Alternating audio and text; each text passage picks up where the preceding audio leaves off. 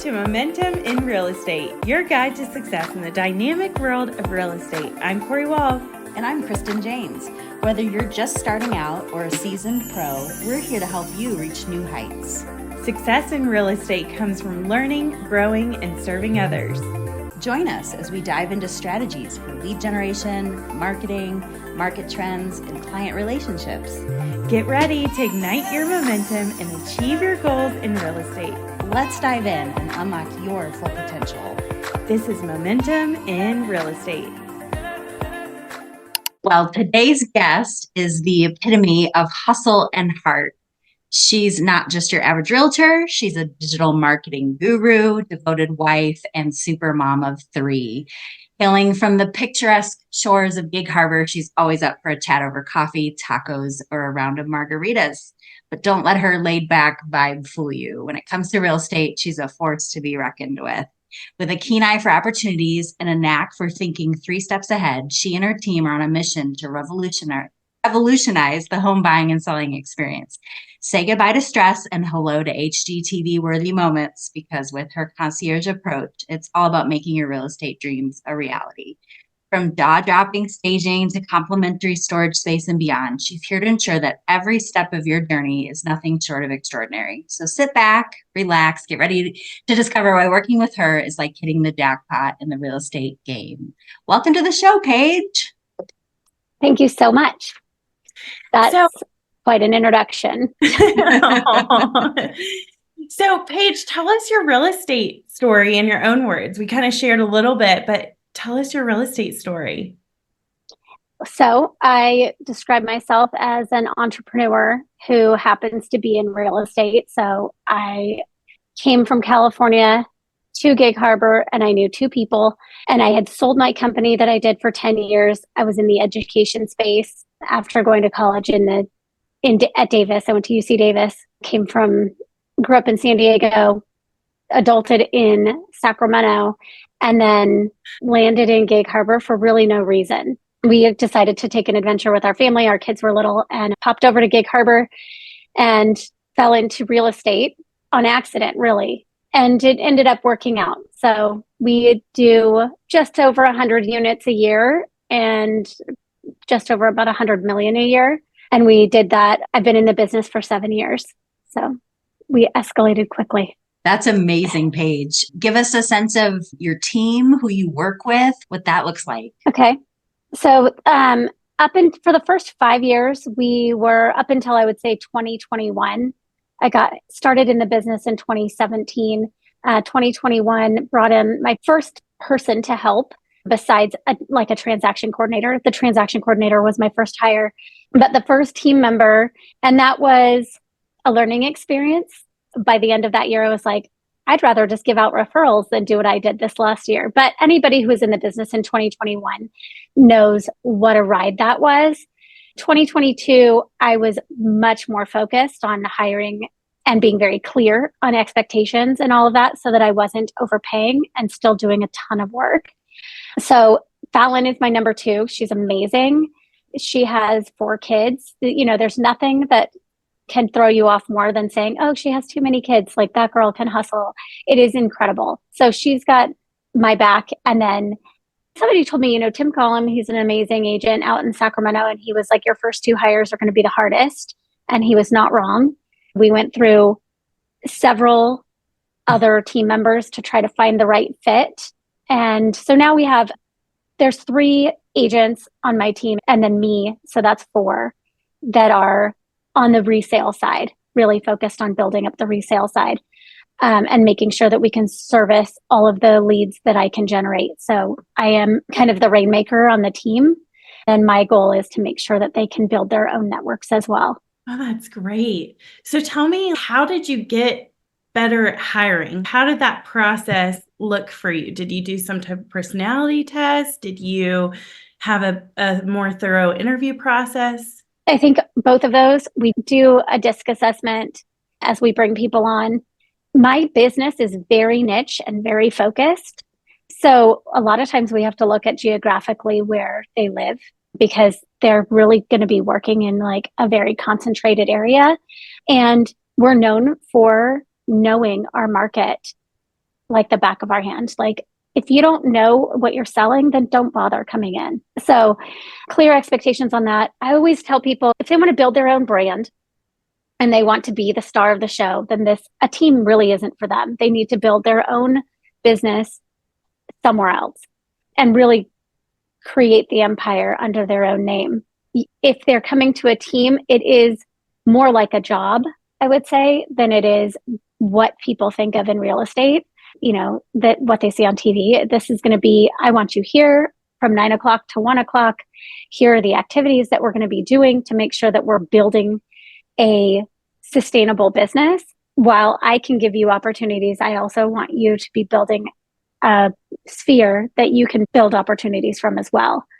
And then if they become wildly successful on their own and they take all of the strategies and learn from that and go off on their own, then there's always room at the top. And, we enjoy seeing other people become successful in that way. And there's always room for people that are going to do well here. But I think clear expectations of like, you've got to work a certain number of open houses. You've got to do money-making activities every day. And if you can't pull your weight, then it's not a good fit.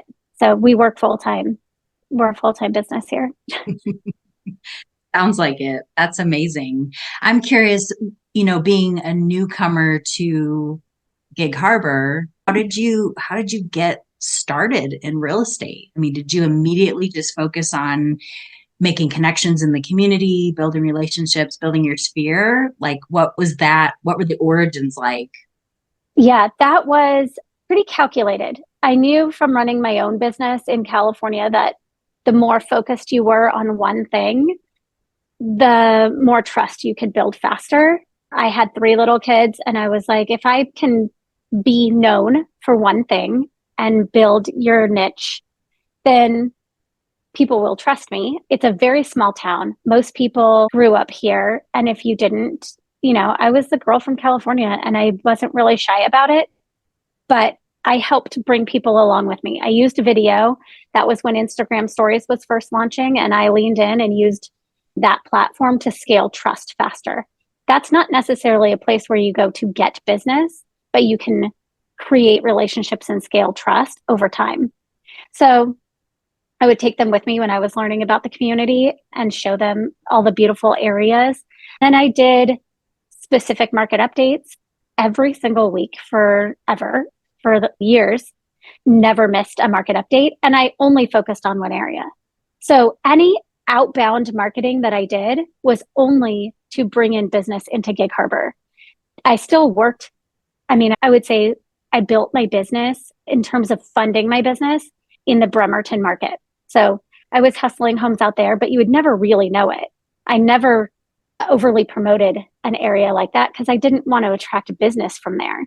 Does that make sense? I would share it's really smart. The type of service that I provided to them. So staging, cleaning, really good media. And I didn't hold back just on a very small listing. Those were like $250,000.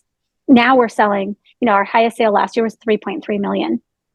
But I didn't hold back. You talk about dressing for the job you want when you're growing up. I dressed the houses for the type of house I wanted to sell. And people were watching. And that was the thing with Gig Harbor, is that everybody wants to know everything. And then it took a long time to saturate trust in a market where it is so small. Gig Harbor is about 45,000 people. It's not very big. So a lot of people are like, well, that's too small to build a business. And I'm like, it's really not. Like, how many deals do you actually need to do? I need 50 super fans. And so if I could have 50 people who trust me really well and can refer me to people, then your business could be very strong and you save time in going. I'm not going to drive to an inspection an hour away or hand off keys. Like, we're working right here in our market. And I think 2020 was the first year, because I was scaling like double my business every year. And I was looking at that being like, okay, well, I guess I can do more because I'm not driving as far. Everything was right. I was like number 4 in my market in 2.5 years, just for being really focused on a niche. Hyperlocal. Yeah. And disciplined. Somebody told me recently, they said, well, I'm really dedicated to my business right now. So I need to take this listing that is really far away. I was like, Let's not confuse disciplined and dedication. If you want to stay focused and build your business intentionally, then you have to be disciplined in making decisions to say yes to something and no to something. If you say yes to something an hour away, you are saying no to the business that's right here that's going to come to you in that time. And you're not going to have, you're not going to even be able to see it, that it's there, the opportunities. You'll be distracted with an hour drive out for staging or photos or whatever. It just doesn't make sense. But I did put in my business plan as a line item for referrals so that I spent time taking, like, filling that bucket and saying, okay, I want X number of dollars in passive income. And so anything outside of my zone of happiness, my geographic zone of happiness, I would refer to somebody else and then make that money back, 25% for nothing, essentially. And then they got really good service from a neighborhood expert, period. I love that. That geographic zone of happiness. I wrote that down. That's awesome. Yeah. So can you talk to us a little bit more about the niche? Is it just being hyper local, or is there something more to that? Okay, so I would say you look at your geographic zone of happiness and you say, is this big enough to hit my goals? Right? So I had one person that was like, I love Raft Island. It's so cute. I live in it, blah, blah, blah. Raft Island is so small. There's only about 180 homes. They don't turn over fast enough. There's not enough business to hit your goals unless you want to sell 2 houses a year. So you have to look at what is the largest area, scratch that, the smallest area that you could possibly serve to meet your goals, and then just pour yourself into that. So that's step one. Because 40,000 people, I don't need to serve all of them. Who can you most relate to? If I have a single guy that wants to live in a condo, like, I'm not his people. I can tell him that he shouldn't be in Gig Harbor because it shuts down at 8:30 and there's going to be no nightlife and no wives to pick from. That's helpful. Right? So I'll be like, you know what? Here's where you should be. And if I'm not a good fit, let me get you the best agent that can possibly represent you, because everybody knows who you work with matters. Those relationships within the community and within the agent network to be able to get information and be a knowledge broker.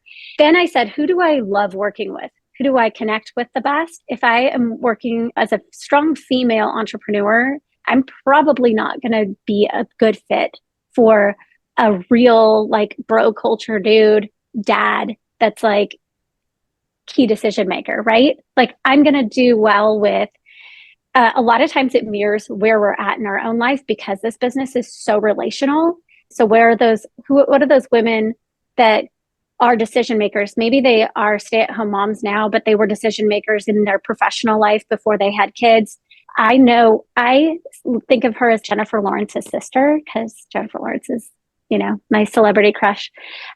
So if I create your avatar of who's the perfect client of yours, she used to work or she still works in a professional capacity. She's the decision maker at home. She's probably switching between mother jeans and Lululemon pants. She drives an SUV. She picks up from school. She cares about volunteering or donating to local projects. Her rabbit trails around town. And then you go online, and when you're talking to somebody on Instagram or on YouTube or whatever, you're talking to that one person, and she now feels her. Like, we're going to get wine together, we're having tacos. It's so relatable. And when you talk about HGTV moments or Studio McGee or whatever out there kind of trending in that same, a lot of times the 90s pop references that I have in my emails, they would never work with the Gen Z crowd, right? Like, I'm going to be the mom. Do I really have to part my hair down the middle? Like, why can't the side part be a thing? I'm like their mom now. So, it's just about finding those bridges. And then you can have multiple avatars. I work with a lot of downsizers, and that's a different avatar. So when I'm talking to them, I'm like, how do I make your life so easy that you can leave all of your furniture behind, anything that you don't want, and I'll make sure I take it out of the house for you, because they need connections. So you're looking at, like, how do you serve those? For us, it's probably 2 avatars: the downsizer that wants that modern marketing, that wants somebody that's on the cutting edge, but they don't even know what you're doing.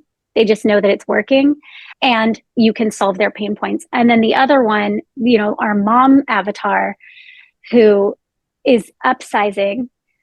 Now we're talking about helping them get to like going from middle school to high school to college and that phase and what that looks like and being able to speak that language. They don't need help selling shit on Facebook. They're good at it, but our downsizers is like, I don't even know what's happening, but I know you don't like my, flowered sofa that I refuse to keep in my listings for photos. But if it's an heirloom piece, by all means, you can keep it in my storage unit. So that's what I would say. I'm like, you go through iterations of your business and your ideal client avatar changes a little. But if you know who she is, if you're talking to her or him on Instagram and all of that in your marketing, then it's going to land much better than if you're talking to everyone. If you're talking to everyone, you're talking to no one. So good. Okay. So I could take this all different directions, but I am a mom of 2 young kids. So I know that there's a lot of women in real estate that would love to hear, what is your advice in doing it all, being an entrepreneur full-time and having kids? Like, what does that look like for you? And how do you give your kids quality time? It's super hard. I don't have a good answer for that because it is really hard. I think I've always owned my own business. I wasn't in real estate before. And I had a babysitter 2 days a week. We called her a nanny, but she was our babysitter. She was like my bonus mom. And she would remind me all the time that my kids are watching a powerful female role model and they're proud. Like they make decisions differently. They think critically at a younger age. The conversations that we have are different as entrepreneurs and the problem solving skills. So I think you also have to look at the gifts that you're giving your kids, the risk-taking conversations that you have about why we're trying this and this thing didn't work out, but I didn't die. Those pieces, we have a really hard culture to be a professional in, and depending on what your neighborhood makeup looks like and what the other moms look like, I drop my kids off at school every day, but they go early and I pick up when I can. And I don't feel guilty about it. I used to, trust me.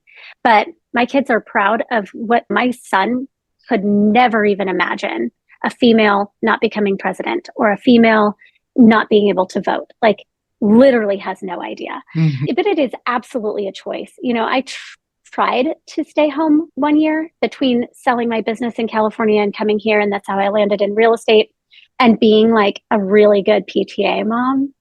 There's a whole backstory to that, but it didn't work out for me.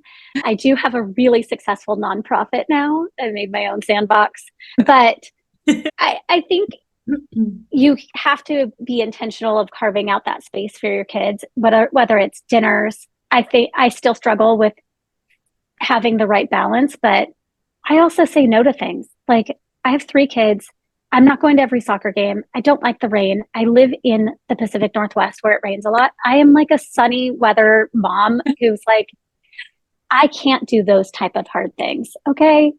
I can do other hard things, but I'm not going to sit in the rain and watch soccer. He's going to know I still love him.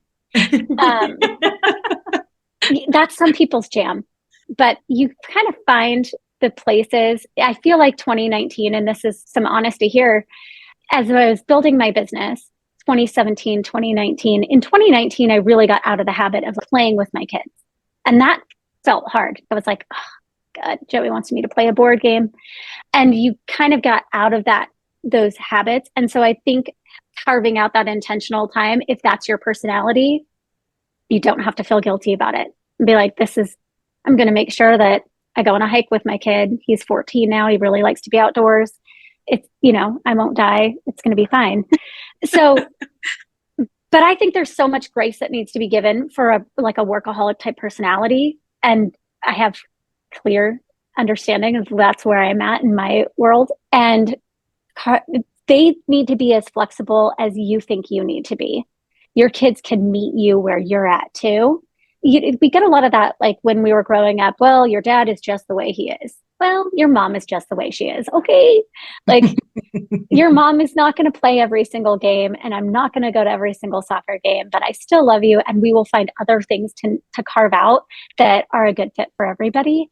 And then I would just turn your blinders on to all the other moms that you feel that guilt over. It's the same thing with following other real estate agents online. If what you're watching on Instagram or Facebook or whatever does not light you up and make you happy, just unfollow it. Permission to unfollow, and don't let comparison kill your joy. And that goes for parenting as well. A lot of the moms don't see drop off and stuff like that. When I go to pick up, sometimes they're like, oh my God, I'm so surprised you're here. And I'm like, it's kind of rude, like I am here, but I'm not going to throw the parties. I'm not there in my life at that stage where I'm throwing the parties in the classroom, and I don't need to have that kind of involvement. And I appreciate the ones that do, because those are the ones that carry the classroom. But you'll see me at BizTown. You'll see me at the things that I really have a good interest in. And I run the school theater program and sponsor that through our foundation. But those are very autonomous. I can do that on my own time. I can work that in directly with the school, and sometimes have a harder time dealing with the PTA land. So you carve out your space where you can see that it fits in. And if you're a full-time real estate entrepreneur, you are working a shit ton of hours, and this is not a flexible business. Mm-hmm. And that is just something you have to reconcile with yourself, is that you are working more than full-time hours. In 2022, my husband took a step back, and he works part-time. He's a consultant, does really well, but we could not do it all. So that was an adjustment year for us, an adjustment for rules in what we're doing, but it works for our family. It always breaks my heart when people are like, I'm getting into real estate because it's super flexible. And I'm like, oh no, I just want to save you and help you. It is if you are going to do $50,000 a year job. Right. Totally is. Right. You can do that depending on your price point and all that. You can do it. It works. But if you are thinking that you are going to be a star in real estate, like that, it is a grind. It will swallow up your life. Well, good for you for making those adjustments depending on what stage you are in your family and with your kids, and even your husband's career. That takes a lot of courage to make those adjustments to meet all the goals. We have professional goals, exactly. We have family goals, we have personal goals. So good. And we do a lot every year. Our team gets together in like November, December before we start the year, and we write out 100 personal and professional. So it's all in one, but they could be anything. It could be read 4 books that are not business related, like quantifiable stuff that we can say, we need to spend more time with this. We need to do more of this. And some of it is specific, like we want to make X number of dollars, or I want to do 3 hikes a year with Joey, and try to make that stuff more intentional. And as a team, we can support each other doing that too. In the summer, when it's absolutely amazing in the Pacific Northwest, if we can take one day a week off, like Mondays, we don't go to the office, or Fridays or something like that. Those are wins that keep us focused on really why we're doing it. So it's more time with your family. That's awesome. I'd love to dig into this concierge experience that you offer for your clients. What inspired you to create that, and how has it, I imagine it's transformed the experience for your buyers and your sellers? I would say when you start to build that brand and get to the top of the leaderboard, you change the expectation of what other top agents have to do in order to stay where they're at. And that is what I liked. I've loved elevating the experience for sellers and buyers. Then I've also loved, I talked a little bit about our nonprofit. We give a lot of money back to the community and reinvest in our community. And so many more of the top agents have followed suit with that. And I think that is a gift to the community to inspire other business owners to put their money where don't be a taker. Like, we've got to serve in really big ways. Mm-hmm. And real estate agents have such an amazing opportunity in this business to make a lot of money. And I think that we have to recognize that every single house that you list, that is a project. You have a certain amount of investment that goes to getting that product to market. They don't owe you $30,000 to sell their house for nothing. So staging is included. We hire out the stagers. I don't have a staging company. I like to stay in my lane, in my, zone of happiness in terms of what I'm good at. So I hire the stager. We do a full media package. And that is, if you're like, oh, I don't want to pay for a horizontal video, I only want to pay for a reel, you need to think about which product best serves the listing and which one best serves you as an agent. I do both because they both serve in different ways, and I'm going to leverage the shit out of it. It will go everywhere. It will live on my website, on YouTube, on all of these places. And that's my job, is to leverage that media, because that will bring more business. And that was part of it when I was first starting. I was like, okay, what are the top agents doing? And why wouldn't I do anything? I would at least have to do what they're doing or more in order to be at that level in the future. It's a long play if you're going to do really well. I had a 5-year plan just to get saturated in my own neighborhood. And it took 4 years to start to get any momentum in my own neighborhood. $1 million homes, average price point now in that neighborhood is 1.4 million, and I have 50% market share. We also do a surface clean. Basically, I wanted to take away the friction of talking about the cost of staging. I'm like, I want the house staged. I want it to look nice, and I don't want them to argue with me about it. I'm going to pay for it. Then I don't have the conversation of, well, I don't really think it matters about staging. Well, you're not the expert here, So that's why I pay for it. So I don't have to have this conversation. And all of my listings look right. Everybody in the community knows when a Paige Schulte house comes on. So we added storage as a storage unit, which sometimes is the deciding factor of if we get the listing, which is weird because not very many people use it, but they like that it's there. So it's an annoying expense for me because sometimes it sits empty. And a lot of times we'll tell them, like, just use your garage. It's okay. You can use your garage. You only have to move your stuff into the garage. It's one time. It's not moving it to the storage unit. But some people will use it, and they use it for, 2 months at a time. But during COVID, it was very hard to get those spaces. During COVID, it was hard to get rid of your stuff. It was hard to get rid of your stuff at Goodwill. And our older demographic lost all of their contacts. And they're still trying to regain them. So if you talk about having an A team, back in 2019, when I realized how important it was to have a contractor for everything, we started giving them gifts. So at the end of every year, we say thank you. They get a beautiful gift from us, and it's like a thank you for taking care of our people. Because if they don't call us back, then they're not calling our clients back. We have our A team. If our A team starts to get a little wacko, we put them in timeout and talk to them about not gouging our people and taking them off the list if they get weird or they stop being responsive. We really treat them as internal clients. So our agent community, we really treat as internal clients as well. They get a gift after every closing. We do a couple broker brunches a year. We want those relationships to be very tight. And it is harder as you become more successful for people to still like you. Sounds sad to say. Okay, Paige. So one quick last bit that I have for you is like this staging thing is something that I have definitely been thinking about in my business. But when I think about getting more and more listings and maybe the market shifting across the nation, what does that look like for you? Do you just rent it? You have a business? Like, can you do 10 listings at a time? Yeah, you got to price it right. If it's not going to be priced right, you're not selling it. So I won't take a listing that's not going to sell. I won't overprice it and write it down. It's too stressful. There's enough business out there that my business is not going to be make or break over one listing. So you have to, don't be desperate. There's always more out there. We don't win every listing. I wish I did, but I don't. And I take every opportunity to find out why without being weird, because it can get real weird to say, oh, can you tell me why? But if I do find out, I'm like, okay, is this real or is it not? Can I up level? Should I try out something else? Is the media really going above what I'm used to?